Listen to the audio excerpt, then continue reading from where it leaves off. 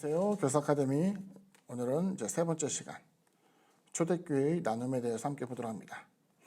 첫 번째 주제입니다. 성령님은 교회가 연합하고 관대하도록 힘을 주십니다. 믿는 무리가 한 마음과 한 뜻이 되어 모든 물건을 서로 통용하고 자기 재물을 조금이라도 자기 것이라 하는 이가 하나도 없더라. 사도들이 큰 권능으로 주 예수의 부활을 증언하니 무리가 큰 은혜를 받아 그 중에 가난한 사람이 없으니 이는 밭과 집 있는 자는 팔아 그 판 것의 값을 가져다가 사도들의 발 앞에 두매 그들이 각 사람의 필요를 따라 나누어 줍니다. 두 번째 주제입니다. 성령님은 관대한 나눔과 탐욕적인 나눔을 구별하게 하십니다. 구브로에서 난 레위족 사람이 있으니 이름은 요셉이라. 사도들이 일컬어 바나바라, 번역하면 위로의 아들이라 하니 그가 밭이 있으며 팔아 그 값을 가지고 사도들의 발 앞에 두니라. 아나니아라 하는 사람이 그의 아내 삽비라와 더불어 소유를 팔아 그 값에서 얼마를 감춤해 그 아내도 알더라. 얼마만 가져다가 사도들의 발 앞에 두니. 세 번째, 성령님은 교회를 심판하시고 정화하십니다. 베드로가 이르되 아나니아야 어찌하여 사탄이 내 마음에 가득하여 내가 성령을 속이고 땅값 얼마를 감췄느냐.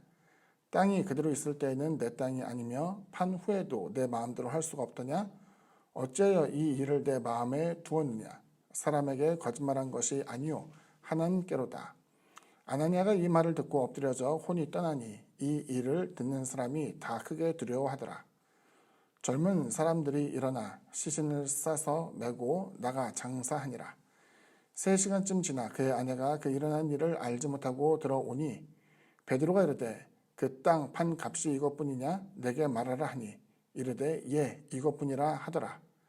베드로가 이르되 너희가 어찌 함께 꾀하여 주의 영을 시험하려 하느냐.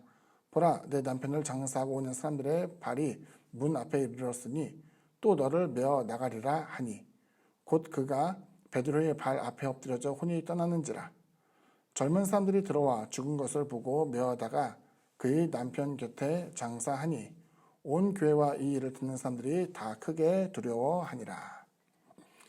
첫 번째 이제 정리를 하자면 초대교회는 임박한 주님의 재림을 믿고 바라고 있었습니다. 초대교회가 왜 공동생활을 했는가에 대해서 이제 우리가 관심을 갖는다면 그 상황에 대해서 이제 우리가 볼 수 있겠죠. 주님께서 이제 부활 승천하실 때에 주님께서 나를 찌른 자도 나를 다시 볼 것이다 라는 그 표현 등등을 통해 가지고 또 주님께서 제자들에게 너희들은 땅끝까지 이르러 내 증인이 되어야 된다 라는 등등을 통해 가지고 주님이 임박한 재림이 올 거라고 생각이 되었던 거예요. 그러다 보니까 갑자기 이제 주님이 언제 오실지 모르는데 갖고 있는 소유를 쌓아두는 것은 별로 의미가 없겠죠. 어느 날 주님이 오시게 되면은 땅에 있는 모든 것은 허물어지고 하나님의 나라가 이제 세워질 것이기 때문에 그 부분에 대해서 이제 이들은 생각하면서 그러면 우리가 당장 물질이 필요로 한 가난한 사람과 함께 통용하고 나누어 쓰고 또 주의 일에 대해서 우리가 전념하는 것이 좋겠다라고 생각을 한 거예요. 그래서 그렇게 복음에 전념고자 그들은 공동생활을 했으며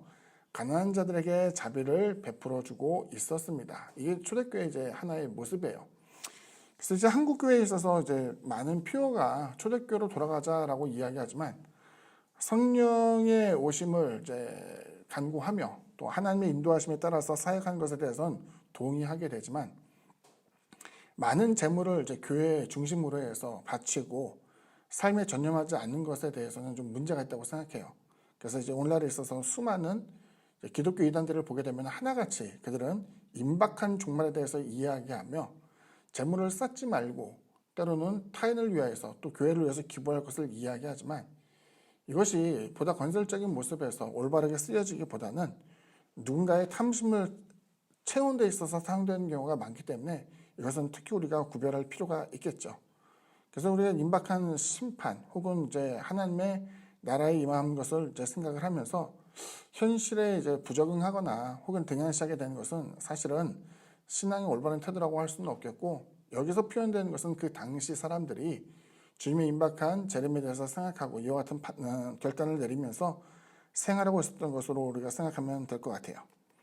두 번째 정리하자면 훗날 바울과 함께 선교 여행을 떠났던 바나바가 이제 등장합니다. 요셉이라는 원래 이름이었는데 여기서 이제 바나바라고 등장이 되죠. 그는 공동체의 본이 되었습니다. 왜냐하면 자신의 밭을 팔아서 그 모든 것을 바쳤기 때문이죠. 아나니와 삽비라는 이것보다 좀 더 심했죠. 자신의 모든 것을 팔아서 바친 것처럼 은폐하게 되었지만은, 속이게 되었지만, 여기 보게 되면은 아나니아는 자신의 모든 소유를 팔았다기보다는 단지 밭을 팔았을 뿐이에요. 하지만 이것이 귀감이 되는 것은 그 당시 공동체를 위해서 이와 같은 큰 기부를 한 사람은 없었을 거라 생각이 되고요. 그렇기 때문에 이 사람의 그 여러 가지 행적에 대해서는 많은 사람들이 그것을 보고 칭찬하게 된 것을 이제 보게 되죠. 그런데 이제 이것을 가만히 지켜본 아나니아와 삽비라는 끔찍한 결정을 내리게 되는데, 그 바나바가 칭송을 받고 사람들에게 존경을 받는 모습을 보면서 그 같은 열망을 이제 품게 되는 것이죠. 다른 의견도 있습니다. 아나니아와 삽비라가 가진 소유가 그렇게 많지 않았는데 기왕이면 이 모든 것을 바치고 공동생활 가운데 자신을 의탁하기 위해서 이와 같은 계략을 꾸민 것으로도 생각할 수 있어요. 아까 얘기했던 것처럼 아나니아는 밭을 팔아서 드리게 되었지만 집은 있잖아요. 그러니까 아마도 공동생활에 동참하지 않았을 수도 있을 거예요. 그런데 아나니아와 삽비라는 많지 않은 재산을 정리해가지고 교회에 의탁하면서 생활하고자 그와 같은 결정을 내린 것이 아닐까라고 추측하는 사람도 있습니다. 세 번째 내용을 보면 성령의 심판과 정화가 대단히 무섭게 나타나게 되죠. 아나니아 삽비라가 모든 소유를 팔았다라고 이야기하지만 짐짓 자신들이 필요한 것을 몰래 빼두고 이것을 가지고 사도들의 발 앞에, 베드로의 발 앞에 이것을 두게 됩니다. 발 앞에 놓았다는 표현은 기부에 대한 표현이고요. 이 재물을 당신이 원하는 대로 처분하소서라는 의미가 담겨 있어요. 자, 그런데 여기서 놀라운 것은 적잖은 기부였음에도 불구하고 베드로의 추와 같은 불호령이 떨어지게 된 것이죠. 너가 어떻게 성령을 속이고 땅값 얼마를 감췄냐라고 이야기하면서 그와 같은 하나님의 심판이 즉시로 아나니아에게 나타나게 되었습니다. 참 특이한 장면이 나와요. 뭐냐면은 성경에서는 종종 우리가 죄를 범하고 허물이 있을 때에 하나님의 심판이 직접적으로 나타나기 전에 경우에 따라서는 회개에 대한 촉구가 나오게 되고요. 회개의 기회도 함께 주어진 경우가 있어요. 주님께서도 이제 요한복음에서 표현하는 내용을 보면은 성부에게 죄를 짓고 이제 성자를 통해서 은혜를 입고 또 성자에 대한 죄를 짓고 성령을 통해서 은혜를 입는 경우가 있지만은 성령에 대한 죄를 짓고 허물이 있는 사람에게 과연 회개의 기회가 있을까라는 생각이 들 정도로 무시무시한 모습이 여기서 이제 나타나게 되는 것이죠. 우리가 흔히 하나님께로부터 용서받지 못하는 몇 가지 죄에 대해서 언급할 때마다 등장하는 것이 바로 성령 회방죄인데, 그 성령 회방죄에 해당하는 것은 아닐까라고 조심스럽게 추측하는 사람도 있어요. 성령 회방죄에 대해서 좀 더 언급하자면 성령 회방죄라는 것은 하나님의 일이라는 것을 번연히 알면서도, 성령께서 하신 일인 것을 알면서도 성령의 사역이라는 것을 거절하고 혹은 그것을 부인하며 악한 의도로서 그것을 은폐하는 것 혹은 부정하는 것을 성령 회방죄라고 이야기할 수 있어요. 여기서 표현되는 것은 성령 회방죄와는 조금 의미가 다를 수 있겠지만 중요한 것은 여기서 사람들을 속이는 것뿐만이 아니라 교회가 하나님의 몸이라는 것, 그리스도를 머리로 삼은 그리스도의 몸이라는 것을 생각해 본다면은 교회를 속이는 행위 자체를 마치 주를 속인 것과 같은, 성령을 속인 것과 같은 똑같은 의미에서 받아들였다는 것이 좀 무섭게 나타나게 되는 것이죠. 그러니까 우리가 생각할 때 교회라고 하면은 교회? 때로는 교회 안에서 많은 무질서함도 나타나게 되고 때로는 세상 사람들에게 조롱받을 만한 죄악에 대한 모습도 나타나게 되는데, 그래서 그 교회라는 것을 때로는 성스럽지 않게 아무렇지도 않은 그냥 사람들의 공동체 가운데 하나로 여기는 경우도 있겠지만은 적어도 여기서 보게 되면 그 베드로가 언급하였던 그 교회의 모습은 그리스도를 머리로 삼는 주님의 몸된 교회에 대해서 이야기하고 있고, 성령께서 그 가운데 운행하시기 때문에 단지 사람만을 속인 것이 아니라 하나님을 속이는 엄청난 잘못을 저지르게 된 것을 보여주고 있죠. 먼저 아나니아는 이와 같이 내가 이거 모든 것을 바쳤습니다 라고 얘기했을 때 변명의 기회조차 없이 즉시로 혼이 떠나게 되었고, 이제 그의 아내 삽비라가 들어오게 됩니다. 그리고 삽비라에게는 베드로가 한 번 더 물어봐요.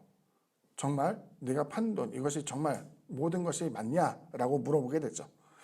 그랬더니 예, 이것뿐입니다 라고 이야기할 때 여기서 여자는 회개에 대한 기회가 주어졌었지만은 그렇지 않은 같은 회개에 대해서 합당한 반응을 보이지 않는 모습으로서 큰 징계를 받게 된 것을 보여주고 있습니다. 이걸 보면서 생각하는 것은 차라리 하나님께 혹은 교회에 봉헌하지 않은 것이 나을 뻔했다.